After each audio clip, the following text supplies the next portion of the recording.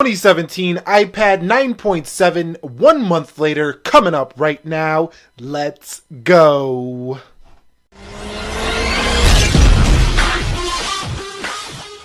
So, what is up, guys? This is Nick here from Everything Tech, and welcome to the iPad 2017 9.7. It's just the $329 edition, 1 month later review. In this video, I'm going to share with you 10 points or 10 experiences I've had with this bad boy in the last, month, and tell you basically the truth of what this guy has been like to use day to day. This can help you make a decision as to whether you might want this guy or not, or just to see, how really good is that cheaper iPad. So that's coming up. Alright guys, so the first thing I want to talk about with this 2017 Apple iPad is the durability. So if you looked at the iPad Pro or the iPad Air 2 before this, it actually was a thinner device, and over the month I haven't really noticed that this is a much thicker device. I have noticed it does have a little bit more weight than the previous iPad Air 2 as well as the Pro. It is a little bit thicker because I do use them side by side. But if you do buy this iPad and you don't have anything to compare it to, this is not a fat machine or nothing like that. It feels plenty light. It's definitely much lighter than a laptop, although we do know by now that an iPad still cannot replace a laptop. We really need a file system and support for a mouse, I feel like, to go ahead and make an iPad a true laptop replacement. I'm really waiting for the day that comes, but it's not here yet. But overall, in terms of durability, I haven't got too much scratches on the screen. I have kept this in a case, so, keeping this in a case will help you out a lot there, but not a big deal when it comes to the screen quality or the durability. Now, that's not a scuff right there. That's actually just some dirt on there. And no scratches as well on that Apple logo. So overall, durability is a definite win here for the $329 iPad. I can tell you it does have a little more of a hollow feel on the screen, so meaning when you tap it, you hear that? It does make a little bit more of a hollow feel, and it's not quite as heavy as something like the 12.9-inch iPad. It just, it's not the most premium, but it's still definitely a really good feeling device in this price point at $329, and I give it a solid 9 out of 10 in the durability after my months using it. So talking about display on the 2017 9.7-inch iPad, this is a 9.7-inch Retina display. Without talking about pixels, it's like 2048 by 1560. I'm not sure if that's the correct numbers. I posted up on the screen here, but this is definitely a really good display. It is not, laminated to the display or to the glass like it was on the iPad Air 2 or the iPad Pros that are currently available, but you can see that little gap right there, and it does affect touch latency a little bit, so meaning that it's not quite as responsive, but it's nothing you're not going to notice day to day. It's still a very responsive tablet, and it's still very sharp in the screen pixels, so very sharp to read, and nobody's going to have an issue, I feel like, with this display, as I haven't had an issue with 1 month later. The only thing I do miss from the iPad Pro is the True Tone display. So there's no color shifting here, like meaning the True Tone will take the colors and adjust them to the ambient lighting of the room. You don't get that here for the Apple iPad 2017 9.7-inch. So really good display overall. I'm going to give it a solid 8 out of 10. Now, in terms of the software, this is Apple's iOS through and through. This is the latest version of iOS with the A9 CPU. This is easily supported well into the future here. So if I go to About, you can see this is iOS 10.3.1 currently. I haven't updated to the 10.3.2 on this device just yet here, but it's very buttery smooth. Everything works as expected here. You can play games on here, no issue. You can go ahead and head into the, the calculator, make calculations, no issue. You can go ahead and head into Safari, make websites, no issue. Make websites as well on, sites like Wix. You can go ahead and go to YouTube, no issue. Everything on here just runs as you would expect it. And overall, my software experience in the past month has been no different from phones like the iPhone 7 Plus, from tablets like the iPad Pro. It's just been phenomenal software experience here for the price you're paying for this. It's a polished experience. We all know what iOS is, and I don't think you're going to be disappointed with the level of performance matching the hardware optimization that iOS offers you here along with the software. So yeah, software is a solid 9 out of 10 for me.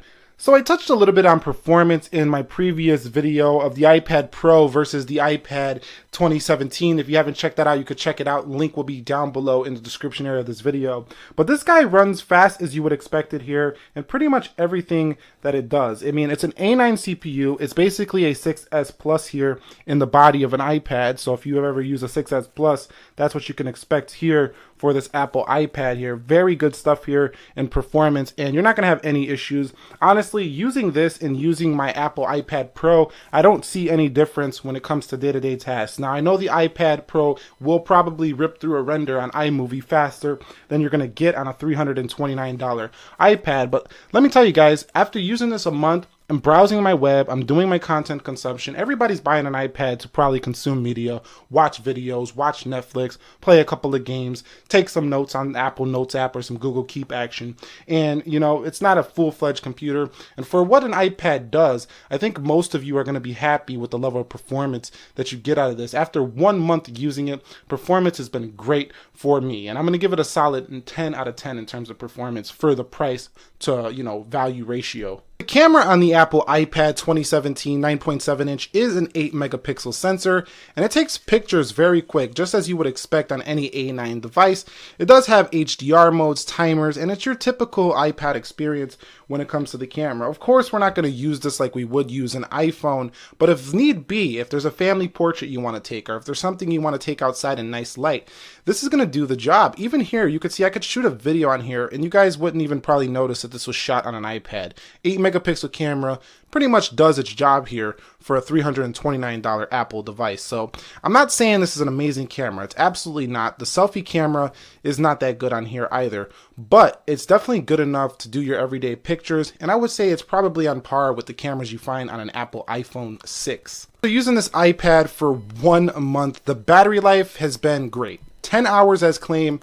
10 hours is just about what I'm getting. This actually has better battery life in my experience than the Apple iPad Pro for some reason. I'm getting better battery life on this iPad than that one, and that's kind of shocking seeing that it is a cheaper iPad. But just remember, this is not pushing as much power as the more expensive iPad. So this is definitely the best battery life iPad in the 9.7 range currently, if you ask me. Maybe the iPad Air, the original, was probably better than this, maybe because of the 1 gig of RAM. Who knows? It seems like the more power we get, sometimes, just sometimes, the battery goes down. But sometimes the RAM increase makes the power, you know, more efficient on the iPad, and it gets better battery life. But this one has been phenomenal. And all I'm trying to tell you guys is 1 month later, in my personal journey, in my personal experience, this has been one of the best iPads I've ever seen on battery life for its price point.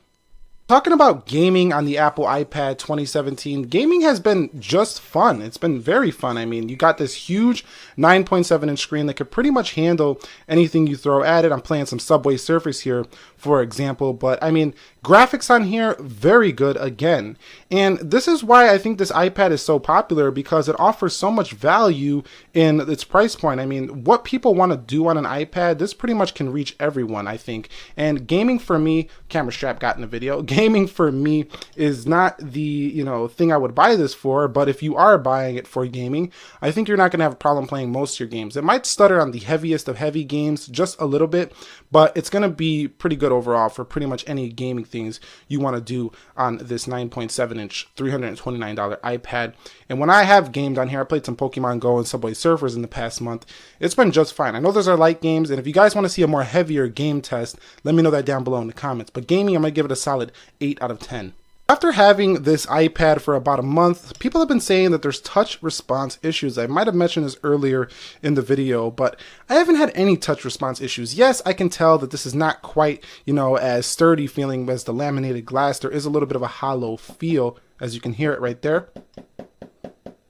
But it still responds just fine to my touch, and while it doesn't feel quite as good as the Pro, I haven't had touch response issues, so you can put that to rest if you're thinking about buying this iPad. And no, that was not a touch response issue. Sometimes you got to actually tap the app for it to open and not just go like that. You know, sometimes you got to just actually press it, you know. Sometimes I go too fast. So that wasn't a touch response issue if you were thinking that.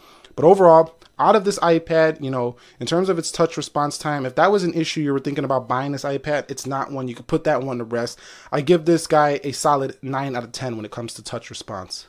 Alright guys, so I just want to speak quickly about the portability of this iPad 9.7 2017. This is not an iPad mini. This thing is going to take up space in your bag. This is also not an iPhone Plus model. This is an iPad 9.7, a standard size iPad.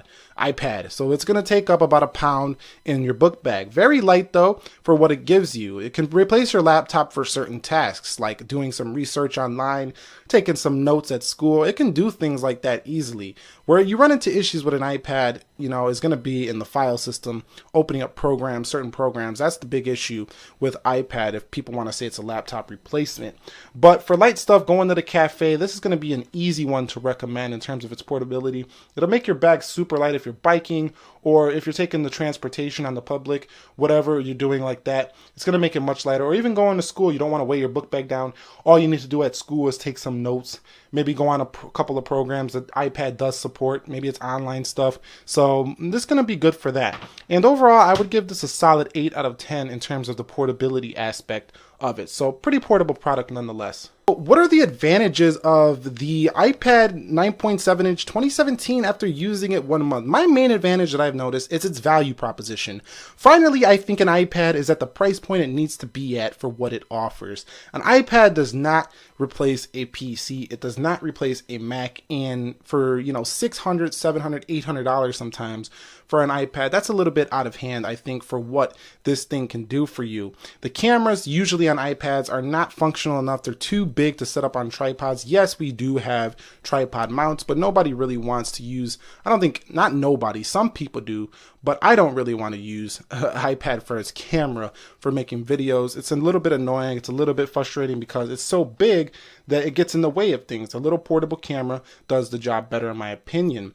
But I'm not trying to knock the iPad here, but what I'm trying to say is that my advantages mainly that I've noticed is that the value to price ratio is finally here for the iPad. So if you're buying an iPad, this is the one to go with, I think, above all of them, because I don't think most people are going to get that value extra out of the Pro. Now, I do want to recommend that you get the Pro if you're a graphic designer and you need something to draw on and things like that. That pen can be very useful for creative people.